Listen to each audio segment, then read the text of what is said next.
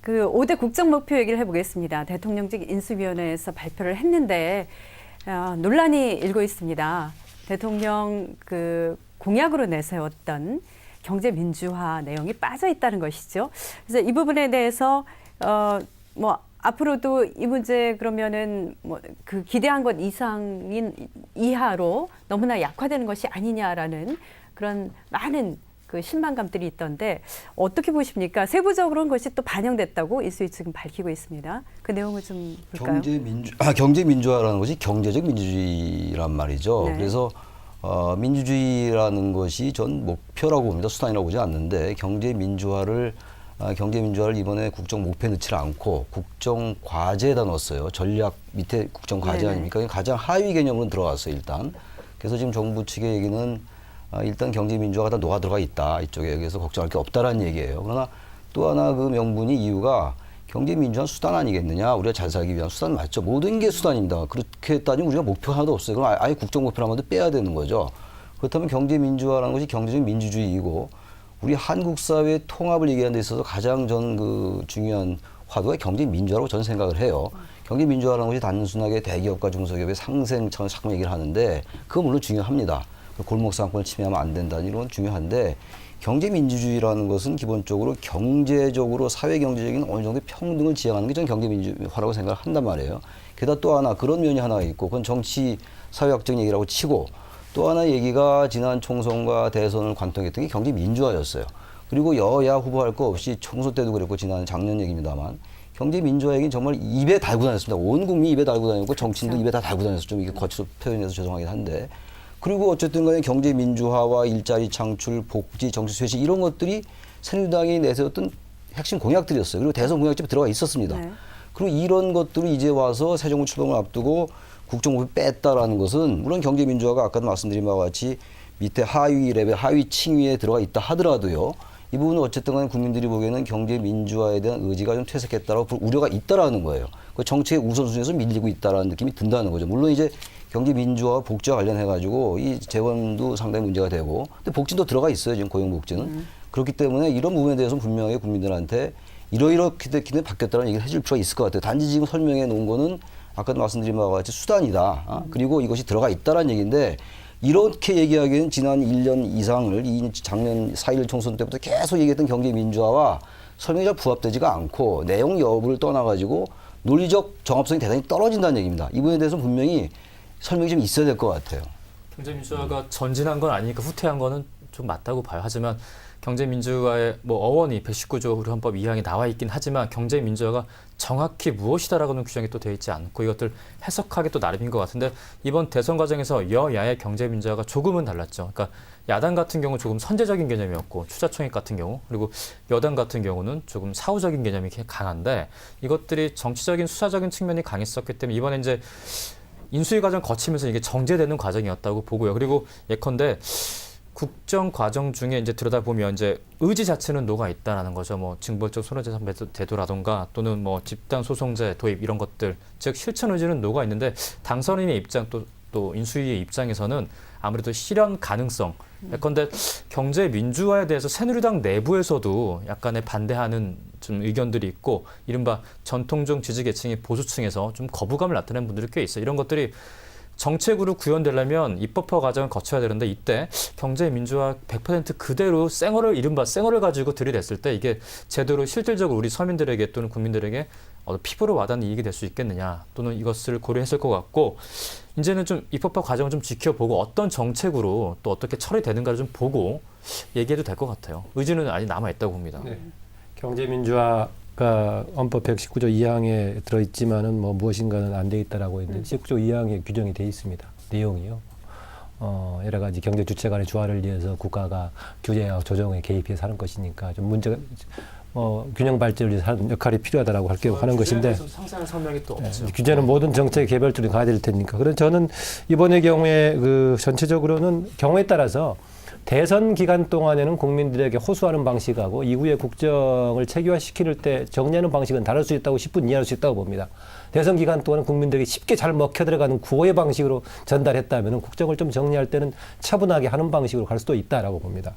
그 점에서는 저는 이제 경제 민주화 그래서 그럼 그렇게 이해할 수 있는 부분인가? 저는 그렇게 아니라고 봐집니다.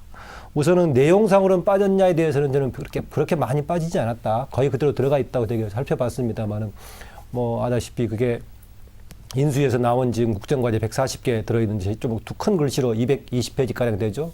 말한 것이 들어있는 내용상은 들어있는데 저는 우려하는 부분은요. 빠져있을 때 지금 이한구 원내대표를 비롯해서 경제민주화가 뭔가 모르겠다. 달리 얘기하면 경제민주화란 개념 자체가 성립이 되지 않는다라고 주장했던 분들의 의견이 너무 반영되는 것 같아서 그게 좀 걱정이 됩니다. 그리고 이후에 또 추진 과정에서 많이 저는 이전에 후보 시절에 또 새누리당 내부에서는 이런 문제가 제기되다 보면 내부에서 그게 아니다라고 뭔가 수정하고 또 하는 이런 과정이 있었죠. 김종인 위원장이 제기하든 아니면 당내 민주화 포럼 의원들이 지적하든 간에 이런 과정들이 있었는데 현재 이런 기제가 좀 사라져 버렸다는 점에서 아쉬움이 있습니다. 저는 뭐 야당에서 비판했다시피 그동안에 새누리당 쪽에서는 대기업 관련 부분에 기업 지배구조에 대한 관련된 부분이 워낙 작다라고 비판을 했는데 저는 공정거래 관련 부분만 제대로 한다고 하더라도 상당한 획기적인 변화의 가능성이 있다는 기대를 하고 있습니다. 그럼에도 불구하고 이번에 경제민주화 부분을 없애면서 내용상 들어있던 것만을 커버하기에는 정말 상당히 불안한 부분이 있고요. 또 이것을 대체했던 개념이 원칙이 바로선 시장경제라고 했는데 항상 박근혜 당선인이 원칙이란 말을 많이 씁니다만 어떤 원칙인가가 뭔지 아니겠습니까? 그래서 그 점에서는 상당히 아쉬움이 역시 있습니다. 뿐만이 아니라 아까 제가 경우에 따라서는 후보실에 나왔던 또 국민에게 전달하는 방식하고 이후에 국정 운영의 과제를 설정하는 방식과 다를 수 있다고 봤는데 더 큰 것 중에 하나는요. 지난해 11월 18일 날 비전 선포식 할 때 3대 비전이요. 뭐였느냐. 국민 대통합하고 일자리 경제 민주화하고 정치 쇄신이었습니다. 이 중에서 지금 강조되는 것은 6분의 1에 해당되는 일자리 정도만 강조가 되고 있는데요. 국민 대통합 부분은 21개 전략 중에 하나로 들어가 버렸습니다. 3분의 1이 21개 전략 중에 하나로 들어가 버렸고 정치 쇄신 부분 쪽 이해합니다. 왜냐하면 정당하고 관련된 부분은 국회에서 할 몫이 많기 때문에 상대적으로 줄었다라고 보는데 이거 전반적으로 봤을 때 단지 전달하고 꾸미는 방식만 변하는 것이 아니라 내용의 기조도 조금 변한 것 같은 느낌이 분명히 있습니다. 경제 민주화가 사실상의 키워드에서 지금 전면에서 사라진 건 분명하죠. 그러니까 상징적인 의미에서는 상당한 의미의 변화가 있는 것이다라고 봐야 될 겁니다. 그러니까 박근혜 정부가 지금 우선적으로 추진할 것이 경제 민주화가 아니다라고 하는 얘기라고 우리가 받아들여야 됩니다. 그러면 왜 그럼 이렇게 변했을까? 지금 경제적으로 정치적으로도 마찬가지고 국가 안보도 마찬가지입니다만 굉장한 위기잖아요. 아까 일자리 창출이 제일 앞으로 나와 있다. 지금 사실 5대 국정 목표를 보더라도요. 사실 5대 국정 목표 중에 2개가 일자리에 관한 겁니다. 네. 사실은요. 고용복지도 마찬가지 일자리에 관한 거거든요. 그래서 이런 건 뭘 얘기하는 거냐면 중산층 회복이라든가 그동안에 쭉 주장했던 것들 중에 이것을 공통적으로 꿰고 있는 것이 뭐냐. 일자리 창출이다. 국민 행복 시대를 만들려면 그러면 좋은 일자리를 해서 국민들이 먹고 살 수 있게 해줘야 될 거 아니냐. 이게 가장 우선적이다라고 하는 얘기라고 봐야 되고요. 경제민주화 문제는 사실은 쓸 때에도 아까 말씀하신 것처럼 김종인 씨 달랐고 박근혜 당선인 달랐어요. 또 야권에서 얘기하는 경제민주화 전혀 다릅니다. 야권에서 얘기하는 경제민주화의 핵심은 사실상 재벌 해체입니다. 순환 출자 구조 이걸 없애고 재벌 해체한다. 이런 얘기였었어요. 야권은 그랬습니다. 김종인 씨도 사실상 거기에 좀 가까웠었고요. 박근혜 당선인은 이게 순환 출자 구조는 지금까지는 일단 놔두고 앞으로에 대해서는 못하게 하겠다라고 약속을 했고요. 그리고 무엇보다도 중요한 것은 뭐냐면 공정 경쟁을 해가지고 중소기업들이 탄압받지 않도록 이렇게 하는 게 중요하다고 했거든요. 그래서 이런 점으로 보면 지금 말씀하신 것처럼 그러한 내용들은 박근혜 당선인이 얘기했던 경제민주화의 내용들은 140개의 국정과제 속에서 대부분 들어있더라라고 하는 것은 이해할 수 있습니다. 단 아까 말씀드린 바와 같이 상징적 의미에서 경제민주화는 지금 우리가 시급한 과제가 아니다라고 하는 얘기다. 그 상징적 의미의 경제민주화라는 얘기는 아까 말씀드린 것처럼 순환 출자 구조 해체하는 문제. 이것은 지금 당장 추진하기는 좀 어려운 문제라고 하는 것을 스스로 지금 밝힌 것이다. 이렇게 봐야 그렇죠. 되고. 지금 말씀하신 게 박근혜 정부의 어떤 정치 철학, 경제 철학을 말씀하신 것 같아요. 바로 그 부분인 겁니다. 바로 이제 그 부분을 우리가 토론하는 건데 과연 그것이 올바른 것이냐의 문제예요. 지금 말씀하시는 게 경제 민주화의 개념이 달랐다. 그리고 어떤 면에서는 정책 수사도 있었다. 그러면 있었겠죠. 그러나 대체적으로 국민들이 인식하고 있는 경제 민주화의 개념은 분명히 있는 겁니다. 그리고 아까 그 규제라는 개념이 분명치 않다라고 그랬는데 그건 하위법에서 규정하면 되는 것들이고 경제 민주화가 왜 개념이 분명하지 않습니까? 분명한 거죠. 헌법에 경제 민주화란 하고 나와 있어요. 적정한 소득의 분배를 목적으로 한다라고 나와 있고 규제와 조정할 수 있다고 나와 있으면 더 이상 개념이 어떻게 그 아니죠. 분명히 개념이 그 아니, 그러니까 개념에 포함되는 내용들이 그런데요. 굉장히 그러니까 포괄적이다. 포괄적이 엄청나요. 근데 모든 게 다 그렇습니다. 포괄적이지 않은 게 어딨습니까? 고용도 굉장히 포괄적이고요. 복지는 더욱더 포괄적입니다. 복지도 선별적 복지냐 보편적 복지냐 가지고 하루 종일 토론해도 모자랄 겁니다. 아마. 그렇기 때문에 기본적으로 현 정부가 지향하는 바가 무엇이냐가 정책 언어로 나타나는 거거든요. 근데 경제 민주화를 그럼 왜 이렇게 얘기를 했습니까? 그동안. 물론 아까 말씀하신 것처럼 긴박한 선거 국면이었고 박빙의 선거였어요. 그런 상황 속에서 이기기 위해서 어느 정도의 정책 수단전 의미가 있다고 봅니다. 그리고 선거 끝난 다음에 이긴 다음에 어느 정도의 정책적인 우선순위를 바꿀 수도 있어요. 그리고 국민들한테 설득하고 또 양해도 구하고 함으로써 바꿀 수 있다고 봐요. 또 폐기할 수도 있고 극단적으로. 그럼에도 불구하고 몇 개의 화두가 있었던 거 아닙니까? 경제민주화. 그리고 아까 말씀하신 것처럼 역으로 생각하면 이런 겁니다. 그럼 경제민주화를 어차피 과제에 넣을 거를 과제에 빠진 것도 아니잖아요. 포괄적으로 들어가 있다며요. 다 들어가 있는 것을 왜 굳이 그렇게 뒤로 뺐느냐. 그렇다면은 어차피 다 포괄적으로 시행하겠다는 의지는 우리가 알 수 있는데 뒤로 빠졌다는 얘기는 이 정책이라는 게 그렇지 않습니까? 정치도 그렇고요. 1년, 2년, 3년 가는 거 아닙니까? 한 달, 두 달에 끝나는 게 아니에요. 그럼 우리가 흔히 얘기하는 기득권들의 반발도 있을 거고요. 또 어떤 관료들의 어떤 새로운 그 문제제기도 있을 겁니다. 아마 기획재정부라든지 또 정책을 담당하는 부서에서. 바로 그런 거를 추구해 나가는 것이 개혁이고 변화인 거잖아요. 근데 그런 것들이 상식적인 것처럼 빠져 있다면은 여러 가지 좋은 생각임에도 불구하고 과제에 담겨져 있다 하더라도 과연 경제 민주화를 담보할 수 있느냐라는 지적이 가능한 거죠. 네, 바로 그런 부분에 대한 얘기인데요. 그러니까 대선 공약에서 아주 중요하게 다뤄졌던 경제 민주화가 지금 이 국정과제에서는 구색 맞추기 정도로 격화된 것이 아닌가 하는 생각이 들고 또 실제로 그것을 집행할 의사가 없어 보인다. 왜냐하면 이제 인수위 면면을 보더라도 충분히 예상 가능했다는 얘기가 뭐 이미 다 나왔기 때문에 그래서 앞으로도 이런 의지를 실행할 인사도 뭐 없지 않은가 하는 그런 부분에 좀 뭐 많은 염려가 있는 것이죠. 아니, 어느 정권이나 어쨌든 어떤 형태로든 간에 그것이 무엇을 표현되든 간에 네. 소득의 분배와 성장의 선순환인 건 다 누가 얘기하는 거예요. 보수와 진보의 문제가 아니지 않습니까? 그렇다면 경제 민주화라는 것에 대해서 현재 경제부총리도 그렇고 경제수석도 앞으로 정책을 봐야지 알겠습니다만 아무래도 분배나 이쪽이 경제 민주화 쪽보다는 이 성장 쪽에 그 훈련된 분들이란 말이에요. 관료적 그것이 경로. 예상된다라는 것은 뭐 저는 거의 그런 공통된 면에서 의견인 것 같습니다. 경제 민주화라는 것은 결국 여전히 성장이나 일자리 창출 중요하다 보면은 우리가 지향했던 사회 통합이나 이런 것들은 사회적 합의였었는데 어느 정도의 그 사회적 합의는 상당히 흔들릴 수가 있다는 생각이 든다는 거죠. 네. 우리 같은 제가 학부에 같이 근무하고는 김병준 교수가 99%를 위한 대통령은 없다라고 하는 책을 썼어요. 그래서 그 책을 저도 이렇게 보면서 뭐 같이 토론도 많이 하고 그랬는데 거기 내용 중에 처음 나오는 기절이 이런 겁니다. 어느 누구든지 대통령이 되는 순간 성장을 걱정하지 않을 수 없다. 물론 그렇죠. 아무리 경제 민주화나 혹은 무슨 이 분배를 강조하다 하더라도 성장이 없는 분배는 있을 수 없다. 그러니까 뭐 좌파냐 우파냐 이걸 떠나서 뭐든지 지금 누구든지 가장 큰 문제가 성장이다라고 하는 것을 스스로가 참여정부 5년 동안 핵심 정책을 핵심적으로 주도한 사람이에요. 인정을 한 겁니다. 자, 박근혜 정부가 박근혜 후보가 당선이 됐어요. 당선이 되자마자 지금 가계부채가 1,000조입니다. 가계부채 1,000조라고 하는 무게 속에서 이거 해결하지 않으면 대한민국 경제는 그냥 폭발합니다.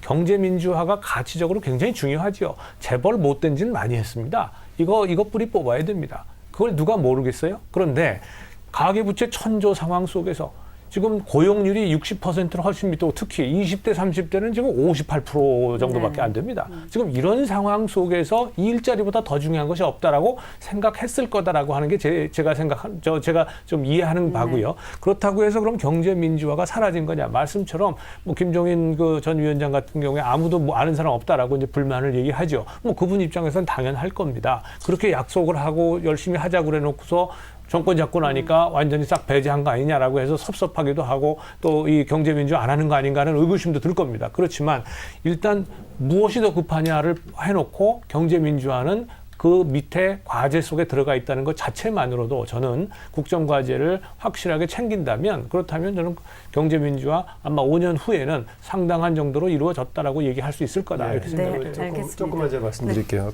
뭐 지금 예를 드신 그 가계부채 굉장히 중요합니다. 가계부채 문제도 보기에 따라서 지금 성장으로 해결하겠다는 사람도 있고 다른 방법으로 해결했다는 사람도 있고 상당 부분의 경우에 따라 경제민주화 관련된 내용일 수도 있고 뭐 그렇습니다. 아까 저는 일자리 충출이 굉장히 중요하다고 봅니다. 그 점에서 지금 5대 국정 목표에다가 앞에 2개 중복해서 일자리 중심의 창조경제하고 고용복지 둘 다 들어가 있는데 중요하다고 보는데, 그러나요, 이명박 대통령도 일자리를 가장 염두에 두지 않았습니까?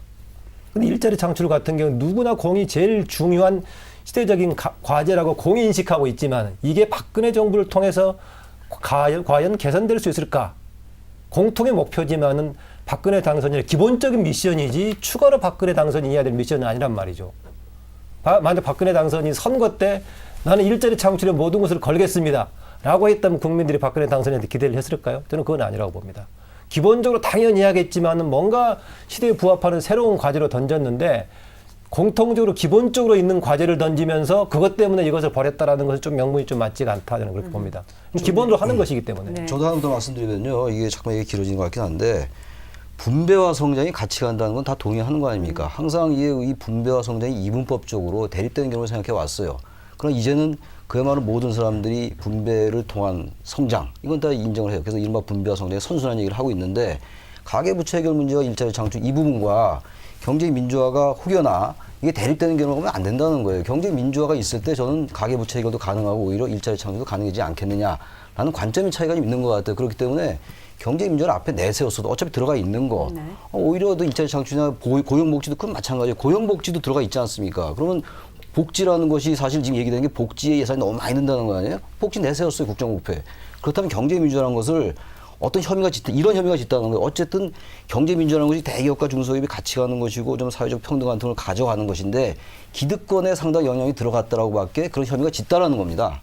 예. 하나만 잠깐 경제민주화 논란 일으켜서 얘기하고 싶은데 당선인이 이제 선거 기간 동안 제시했던 여러 가지 카드 중에 하나였어요. 그러니까 경제민주화란 카드, 성장, 일자리 이런 뭐 한 3-4가지 카드가 있었다고 이것을 이제 조합하는 과정이거든요. 근데 지금 경제 민주화라는 카드를 가장 크게 배치한다면 새 정부의 어떤 경제 모델가 좀 배치된 측면이 조금 있어요. 왜냐하면 이번에 국정 목표를 가만히 들어보면 전반적인 우리 국가 주도형 또는 대기업 위주의 경제 모델을 좀 중소기업 위주로 바꾸겠다는 성장의 패러다임 전환의 방점이 찍혀 있거든요. 그렇다면 그 과정에서 경제 민주화보다는 창조 경제 그리고 아까 말씀하신 뭐 복지와 성장의 일자리 선순환 이런 것들을 강조하기 위한 것이 그쪽에 또 방점이 많이 찍혀 있거든요. 그렇다 보니까 아무래도 아까 홍 교수님 말씀하신 대로 우선순위 측면에 조금 밀리고 또 의지는 다 녹아 있거든요. 이렇게 좀 저는 이해하고 싶어요. 제가 시간이 하도 없다고 그러시지만 한 가지는 말씀을 드려야 될 것 같아요. 이명박 정부도 일자리 창출을 가장 중요한 정책 이슈에다 놓은 거 사실입니다. 네네. 의제로 놓은 거 사실이에요.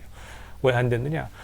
일자리 창출하는 방법을 몰라서가 아닙니다. 정치적으로 반대를 했기 때문에 못한 겁니다. 일자리 창출을 제대로 된 일자리 창출, 양질의 일자리 창출을 하기 위해서는 누구나 다 알고 있습니다. 서비스 산업 개방 필요하고요. 서비스 산업에 대한 모든 규제 완화, 가급적 전부 완화해야 됩니다. 영리 의료법인도 또 허용해야 되고요. 관광 의료 특구 이런 거 다 만들어 가지고 모든 걸 자유롭게 할 수 있도록 만들어야 됩니다. 그래야 일자리 창출됩니다. 그런데 이거 얘기를 했더니 과거에 야당에서 뭐라고 그랬는지 아세요? 영리 의료법은 들어오면은 우리 건강보험 체계 전부 무너진다고 얘기했습니다. 그래서 허용 못한 겁니다. 지금 그런 얘기예요. 그래서 여기에 지금 미래창조과학부라는 거 제가 무슨 변호하려고 하는 것이 아니라 미래창조과학부라고 하는 창의 경제, 창조 경제를 강조하는 것도 결국은 이게 뭐냐? 전부 다 서비스 산업이에요.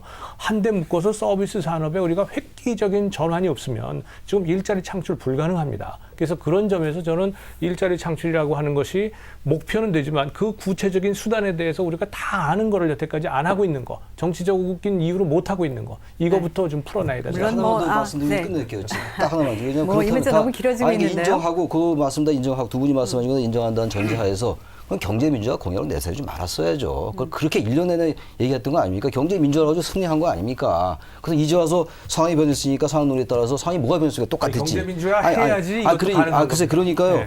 그 말을 100% 인정한다 하더라도요. 1년 내내 얘기했던 게 경제민주화가 항상 앞에 있었어요. 그러면 그 국민도 우려한 거예요. 극단적으로 얘기하면은. 그런 걸 인정한다 하더라도요. 예? 그걸 인정해야죠. 그런 거를. 알겠습니다. 뭐 고충도 충분히 이해가 갑니다. 그리고 국정의 우선순위도 이해가 갑니다만 지난 1년 동안의 그 화두가 사라진 배경에 대해서 궁금해서 이렇게 또 열띤 논쟁을 벌여봤습니다.